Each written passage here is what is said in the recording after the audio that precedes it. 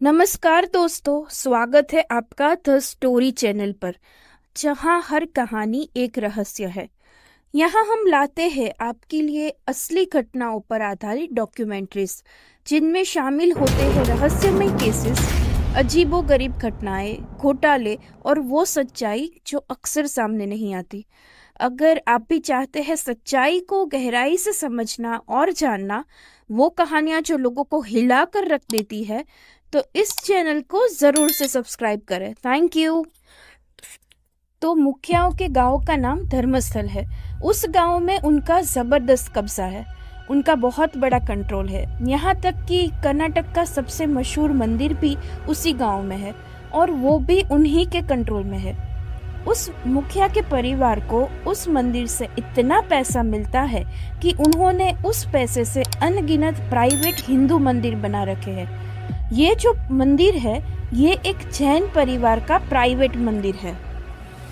तो इतने दिन तक मैं सोचती रही कि धर्मस्थल का श्री मंजुनाथ मंदिर हिंदू मंदिर है, लेकिन अभी पता चला कि ये कोई हिंदू मंदिर नहीं है।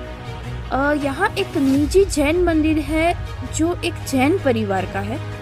तो आज तक वो धर्मस्थल श्री मंजुनाथ मंदिर एक निजी ट्रस्ट द्वारा चलाया जा रहा है, और उस निजी ट्रस्ट का मालिक वो मुखिया परिवार है। देखिए, मेरी दिक्कत ये है कि अगर मैं इस वीडियो में असली नाम बोल दूं, तो ये वीडियो बिना वजह ही डिलीट हो जाएगा, और ऐसा दूसरों के साथ हो चुका है। बिना किसी वजह के दूसरों के वीडियोस डिलीट हो गए। मैं नहीं चाहती कि मेरा ये वीडियो भी डिलीट होकर सब दब जाए, इसीलिए मैं कुछ लोगों के असली नाम नहीं ले सकती, लेकिन आपको बिल्कुल साफ समझ आ जाना चाहिए कि मैं किसकी बात कर रही हूँ। तो 9 अक्टूबर 2012 सबके लिए एक आम दिन था, सिवाय सौजन्या के।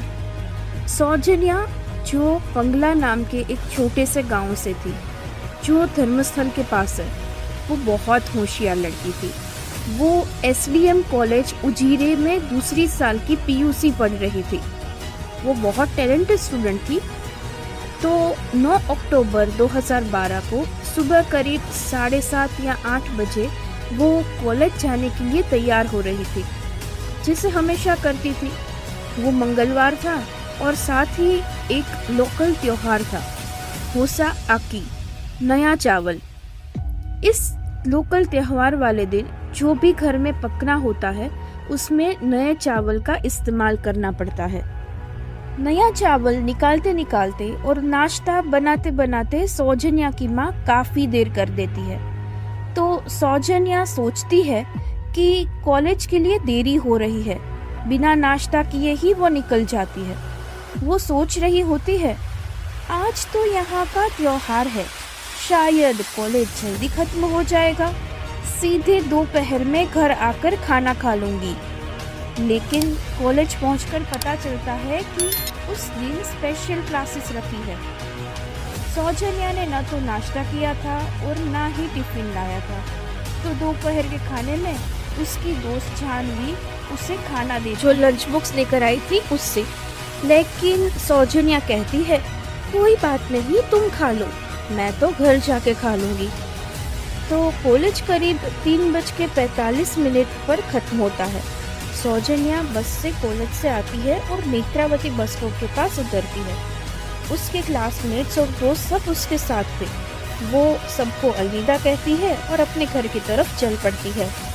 नेत्रावती बस स्टॉप से सौजन्या का घर लगभग 20 मिनट का रास्ता है, ज्यादा से ज्यादा 30 मिनट लगेंगे।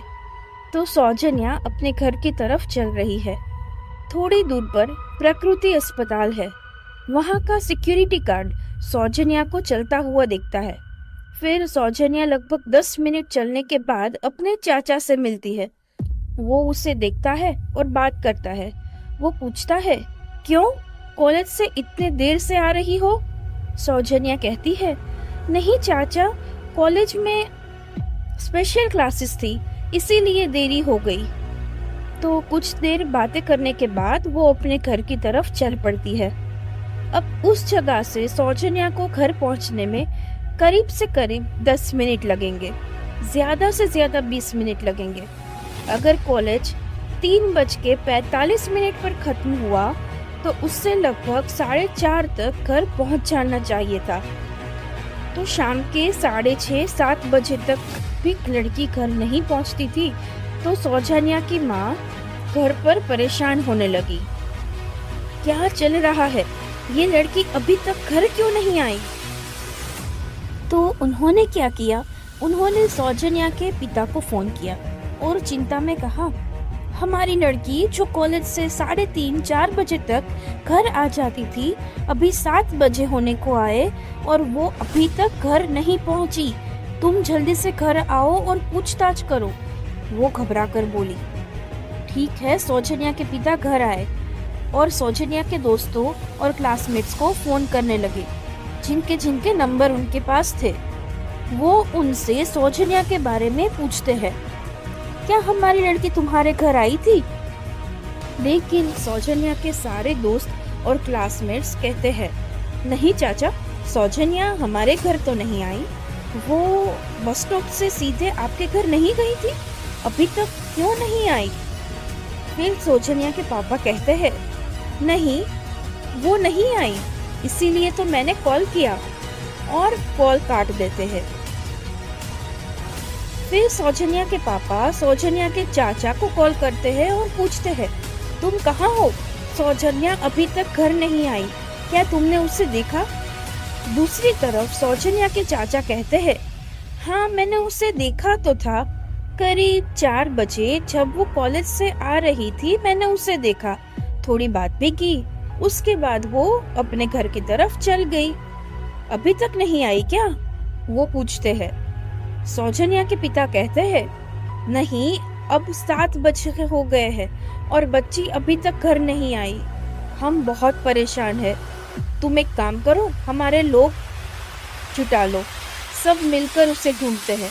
तो लगभग 7 बजे से लेकर 11 बजे तक सौजन्या का परिवार और गांव वाले 200-300 लोग सौजन्या को ढूंढते रहे, लेकिन उन्हें सौजन्या के बारे में कोई सुराग नहीं मिलता। आखिरकार मदद मांगते हुए रात के लगभग 11 बजे सौजन्या के माता पिता और गांव वाले सब बेलथनगढ़ी पुलिस स्टेशन पहुंचते हैं। वहां वे पुलिस से पूछते हैं, हमारी बेटी जो कॉलेज गई थी, इतनी देर होने के बाद भी वापस नहीं आई। हमने हर जगह ढूंढा, लेकिन कहीं नहीं मिली। कृपया एक मिसिंग रिपोर्ट दर्ज करें और हमारी बेटी को ढूंढने में हमारी मदद करें। लेकिन पुलिस मना कर देती है, नहीं नहीं, अगर कोई व्यक्ति गायब होता है तो हम 24 घंटे बाद ही रिपोर्ट दर्ज करते हैं। तो तुम ये करो, अभी घर चले जाओ, कल सुबह तक देख लेना। अगर तुम्हारी बेटी कल सुबह तक घर नहीं आती तो आकर गुमशुदगी की रिपोर्ट दर्ज करवा लेना। वो कहते हैं और उन्हें विदा कर देते हैं। लगभग आधी रात हो चुकी है, बारिश भी तेज हो रही है, तो इस हालत में सौजन्या को ढूंढना मुमकिन ही नहीं है। चलो कल सुबह फिर मिलकर सौजन्या को ढूंढेंगे। सौजन्या का परिवार और गांव वाले सभी अपने अपने घरों को चल जाते हैं। अगले दिन 10 अक्टूबर 2012 बुधवार था। लगभग सुबह 10 बजे थे। सौजन्या के परिवार वाले और 200-300 गांव वाले फिर से उसकी तलाश में लग गए। तलाश शुरू हुई और 2 घंटे के अंदर सौजन्या मिल गई, लेकिन लाश बनकर। उन 200-300 लोगों में से किसी ने सौजन्या का शव एक नाले के किनारे में पाया। वो उसके घर के सिर्फ 10 मिनट की दूरी पर था। अब मैं आपको बताती हूँ कि सौजन्या की लाश किस हालत में मिली थी। ध्यान से सुनिए। उसके हाथ उसके अपने दुपट्टे से पेड़ से बंधे थे, साथ में उसकी आईडी कार्ड भी थी। उसका पूरा शव बिना कपड़ों के था। उसके पास सही कपड़े तक नहीं थे। उसके शरीर पर कई जगह कट के निशान थे। बहुत पीट पीट के घाव साफ दिख रहे थे। उसकी पसलियाँ, छाती के हड्डियाँ सब टूट चुकी थी। और उसके भयानक बात ये थी कि उसकी योनि के अंदर उन्होंने 6 इंच की मिट्टी भर दी थी। शरीर की हालत देखकर एक बात तो साफ है, किसी ने उसे बर्बरता से दरिंदगी का शिकार बनाया है और फिर बेरहमी से उसे मार डाला। देखो इन अपराधियों को, रणनीति, ताकि पुलिस को कोई सुराग ना मिले। उन्होंने उसकी योनि में 6 इंच की मिट्टी भर दी। फिर पुलिस को जानकारी मिलती है, वे उस जगह पर पहुंचती है, सौजन्या का शव बरामद करते हैं और पूरी तरह से उस जगह को सील कर देते हैं। उनकी होनहार लड़की, एक बहुत ही होशियार छात्रा को कौन इतनी बेरहमी से मार सकता है? जो भी उस अपराध को अंजाम देगा उसे बिल्कुल भी बख्शा नहीं जाना चाहिए। लोग अपना गुस्सा जाहिर करते हैं और सोचो क्या हुआ। मैंने कभी नहीं सोचा था कि हमारी पुलिस इतनी जल्दी जांच पूरी कर लेगी। गांव वाले भी हैरान हैं। सौजन्या का शव मिलने के अगले दिन यानी 11 अक्टूबर 2012 को शाम के करीब 5 बजे उसका हत्यारा भी पकड़ लिया गया। अब आप सोच रहे होंगे सौजन्या को किसने मारा? जो अपराधी अगले दिन ही पकड़ा गया। तो ये केस तो बहुत पहले क्लोज हो जाना चाहिए था, लेकिन फिर भी आज तक ये मामला खबरों में अनसुना क्यों बना रहा? तो दोस्तों तैयार हो जाए।